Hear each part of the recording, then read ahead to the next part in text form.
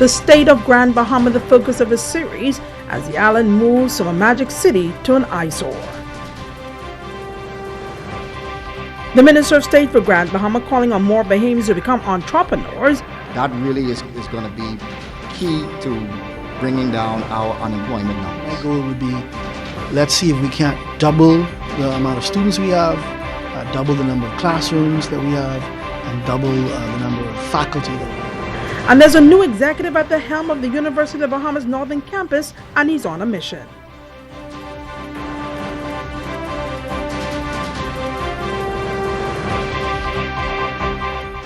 This is the Bahamas Tonight at the Northern Edition. Good evening all. I'm Megan Shepard. It's so great to have you with us. Topping news, the nation's second city facing a vexing problem in recent times. Grand Bahama was once the playground for the rich and famous, a beautiful island that many dreamed of visiting and calling home. But recently, there has been a proliferation of dilapidated and abandoned buildings. Tonight, we begin a series titled Grand Bahama's Dilemma, from Magic City to Eyesore, which focuses on how far the island has come and what needs to be done to revive the face of Grand Bahama.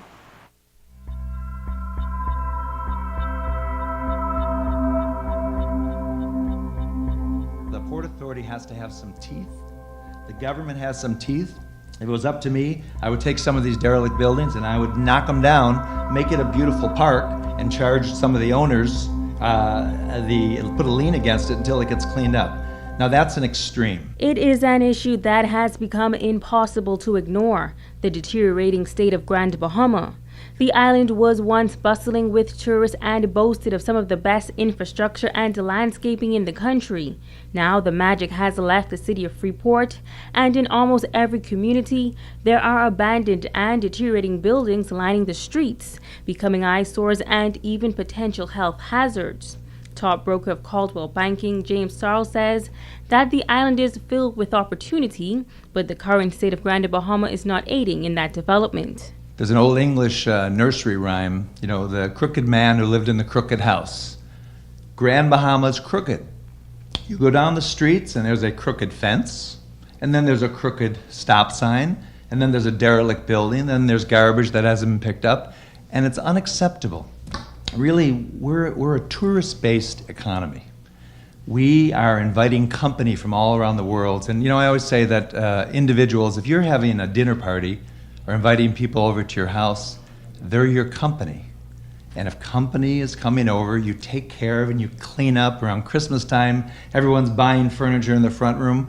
Well, Grand Bahama has to clean up and prepare for the company, because people who are coming here, they don't want to come back because in some areas we're looking like Detroit. Apart from hurricanes and other acts of Mother Nature, he believes that there are three entities that should be held accountable.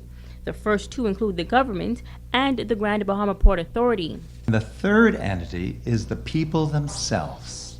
It's the people who own these buildings that have to take pride in their neighborhood, in their community, because there's no excuse for a derelict building to be standing there abandoned for years and years. Sarl says now is the time for rebuilding and beautifying Grand Bahama, and that something must be put into writing to hold the persons responsible. Someone's got to take charge, and the government and the Port Authority, they got to step in. Now, legislatively, I know that some of the MPs are talking about the Freeport bylaws and the Grand Bahama Incentive Act.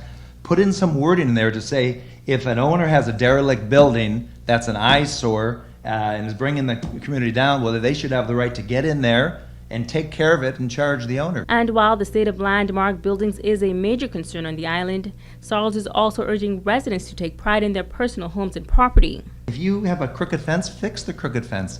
You may think it doesn't affect anyone, but it does affect them, because you put all these crooked fences together and a derelict building and something out of business, and it all works together to make us look like we're dying, not rebuilding. A new government initiative set for Grand Bahama and the nation's capital for later this year. As Shashina Rowe reports, the aim is to assist new and existing businesses.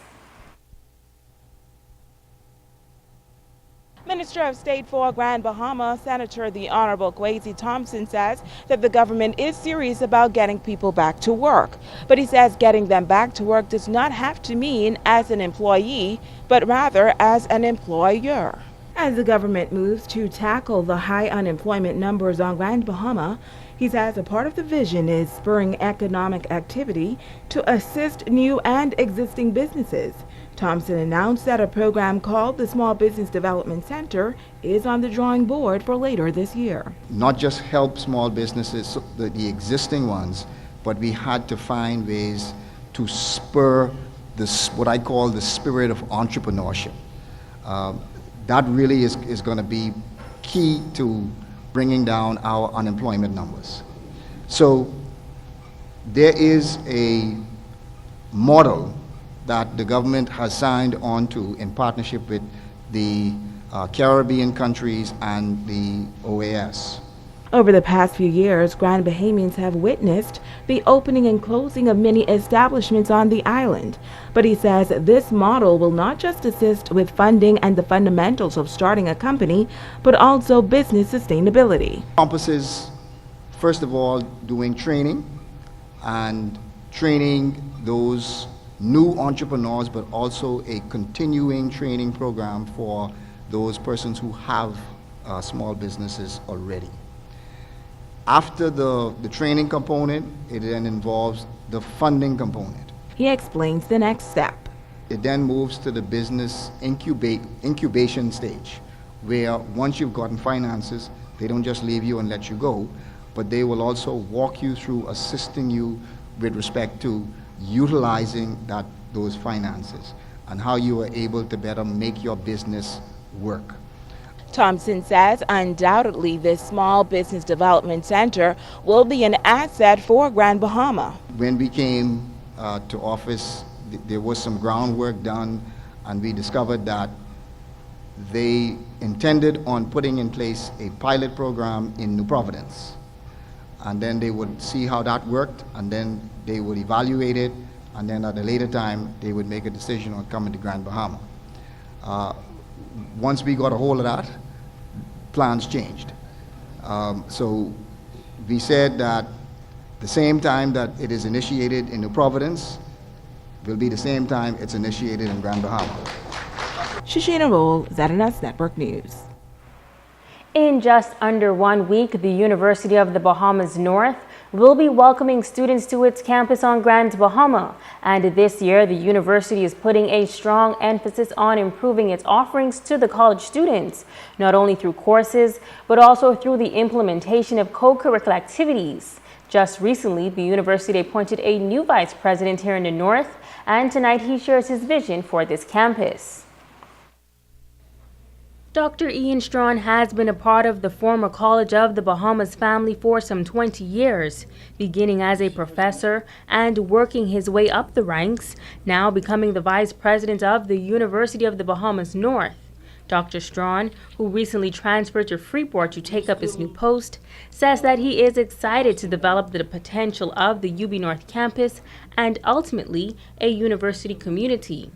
The president, Rodney Smith, is keen to see this institution become more autonomous. The people who work here are eager for it to be more autonomous. And of course, the students want for it to really be an institution that could provide all the opportunities that are available in Oaksfield. And that's really my agenda as well. Dr. Strawn says the goal is to develop in every facet, from the classroom offerings to campus life and even beyond. So we want to provide better services for our students. We want to grow the number of programs that are available for them here.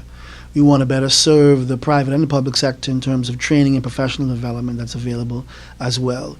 And we want to, really my goal would be, let's see if we can't double the amount of students we have, double the number of classrooms that we have, and double the number of faculty that we have here full-time over the next 3 to 5 years. There's a lot of potential for that. We're also interested in seeing how we could integrate more blended delivery of courses. So in other words, where we know we have the faculty in Nassau, but we have students here, why should they have to fly to New Providence when we have all this technology and we can stream more and more of the classes as well? As the premier tertiary facility in the country, Dr. Strawn says that the institution can sometimes be taken for granted. Going forward, he says, the plan is to implement a strong marketing program to attract more students from the north and the chain of family islands. We tend sometimes to be too complacent and just expect that we're the only university, the only state university, people will come. But we have competitors, and we have to be mindful that people have options, and so we've got to market. We can also market by, in fact, being more flexible and being more customer friendly, and we can market better too by making sure that students have more of the programs that they actually want. And so we really intend to focus on promotion, on public relations to some extent, but also too looking at where our students are coming from and what areas are underrepresented. Up next for UB North is the completion of its dorms. In other news from the education beat, a text message went viral on the WhatsApp application yesterday, which stated that the Bahamas Technical and Vocational Institute will be giving 40 scholarships to young men interested in learning auto body collision repair in Freeport once they register. Now, our ZNS News team contacted the Associate Vice President of BTVI in Freeport, Veronica Colley. Colley says that the information that the public received is false. She adds that there was a representative of the school on a talk show discussing the auto body shop program, but offering 40 scholarships to students in Freeport was never discussed.